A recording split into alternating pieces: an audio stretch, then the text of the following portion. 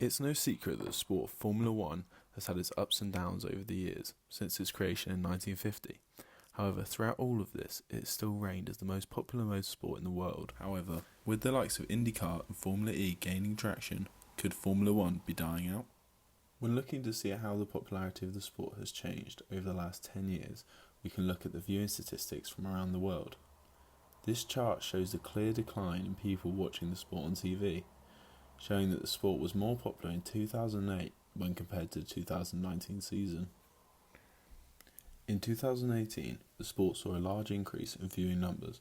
The biggest change that year was the introduction of the halo and the controversy surrounding its looks. A reason for the decline in viewership over the last decade could be as a result of the push to move towards pay-per-view content in the UK, cutting off a large portion of the fan base who can't afford to pay to watch the extra races anymore. To see why this might have happened, it's important to look back at the history of the sport.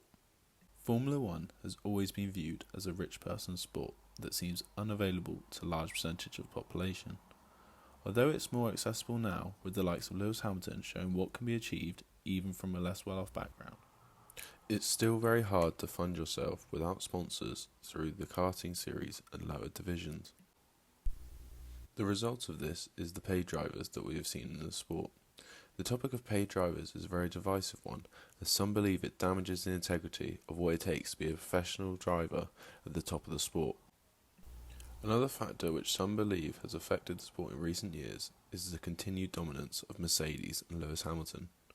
While teams winning multiple championships back-to-back isn't unusual in Formula One, the repetitive nature of the podiums in recent seasons have been a big factor in the decline of fans. When looking forward to see how the FIA are going to change the sport in the near future with new rules coming into place in the 2022 season. The changes in the coming season aren't just affecting the technical rules of Formula One, but also the financial.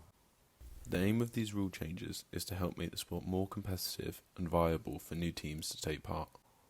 To find out more about how the financials of Formula One teams work, check out Autosport's video, which shows the whole process. The link to this will be in the description below. By making the sport more competitive with the new rules, the goal is to attract more fans over the coming seasons. I think the 2020 season has been a good display of racing, which has been very beneficial to the sport. Having races such as the Italian Grand Prix with Pierre Gasly, Carlos Sainz and Lance Stroll finishing on the podium helps to add to the unpredictability of the season. Another positive of this season, when looking towards the future of Formula One, is the addition of new tracks on the calendar and the potential of two-day race weekends. The lack of data which teams have at their disposal will mean more unpredictability, which helps stop the repetitive nature of the races we have seen in recent seasons.